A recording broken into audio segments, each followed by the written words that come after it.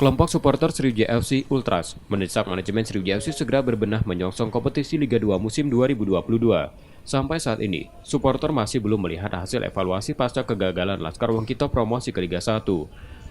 Supporter menilai teknis permainan Sriwijaya FC saat diasuh Nil Maizar musim lalu sudah baik. Supporter juga meminta pembentukan tim segera dilakukan, serta menyarankan manajemen untuk tetap mempertahankan Nil Maizar sebagai pelatih kepala dan pemain potensial. Kami berharap juga ke depan Sriwijaya FC ini kalau mau benar-benar untuk naik Liga 1 ke depan, manajemennya benar-benar harus profesional. Terutama fakta terbaru bahwa sesudah Liga 2 ini berakhir, manajemen Sriwijaya FC belum mengadakan evaluasi untuk tim ataupun pemain Sriwijaya FC. Harusnya untuk saat ini Sriwijaya FC tetap mempertahankan Nil Maizar dengan komposisi pemain kemarin, atau kita menambah amunisi baru yang benar-benar sekualitas di Liga 1.